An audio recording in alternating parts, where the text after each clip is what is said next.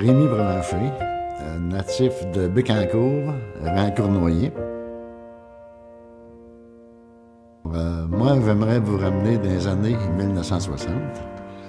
Au moment de mon adolescence, je demeurais à Bécancour dans le rang Cournoyer. Rang qui a été exproprié en 1964 pour la société, le parc industriel qui existe actuellement à Bécancour. Mon père, c'était un cultivateur prospère.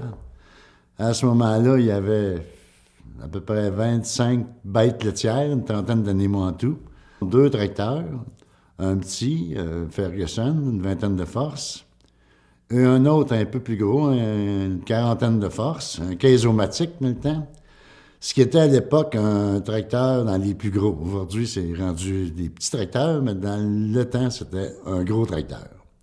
Ensuite de ça, mon père avait tout, bien sûr, les instruments agricoles nécessaires pour cultiver la terre. Et il y avait une terre d'environ 140 arpents. On s'alignait vraiment là vers une agriculture qui allait en croissant. Un petit peu plus tard, vers les années 1964, le gouvernement du Québec commence à parler d'un projet d'industrie dans Bécancour. Alors, il y a un monsieur Paquette qui avait été délégué, un homme très gentil, très belle personnalité, qui savait expliquer les choses calmement et qui n'était pas pressé, qui était venu rencontrer mon père, ainsi que tous les cultivateurs de Bécancour, du rang Cournoyer comme tel, pour dire qu'il y a un projet que le gouvernement est en train d'étudier, qui était d'implanter des usines à Bécancour sur un terrain qui avait une bonne capacité importante et qu'il y avait besoin des terres. Que ça allait devenir un des plus gros parcs industriels de la province, le parc industriel de Bécancour.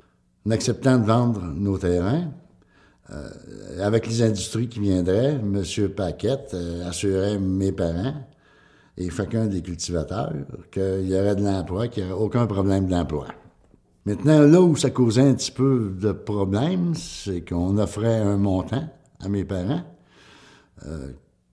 C'était 200 $ l'arpent dans le temps, ce qui veut dire, si on calcule rapidement, aux alentours de 35-36 000 $.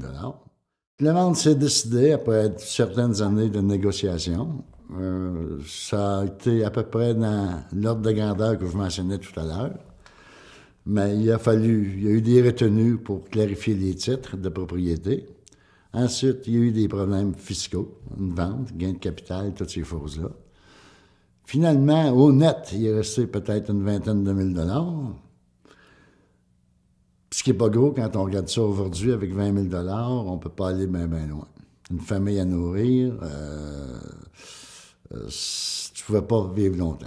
Dans les tout débuts, là, en 64, c'est sûr que ça s'est fait sur quelques années, il y a eu une période où mes parents ainsi que d'autres ont pu cultiver la terre du gouvernement. Ils louaient leur terre du gouvernement comme telle, mais n'étant plus propriétaires et n'ayant pas de garantie sur combien d'années ils pourraient louer, ils ont décidé, à un moment donné, les cultivateurs, tranquillement, mais de façon régulière. À un moment donné, il y avait un encan. Il y avait un cultivateur qui faisait un camp. Et par la suite, une famille qui déménageait.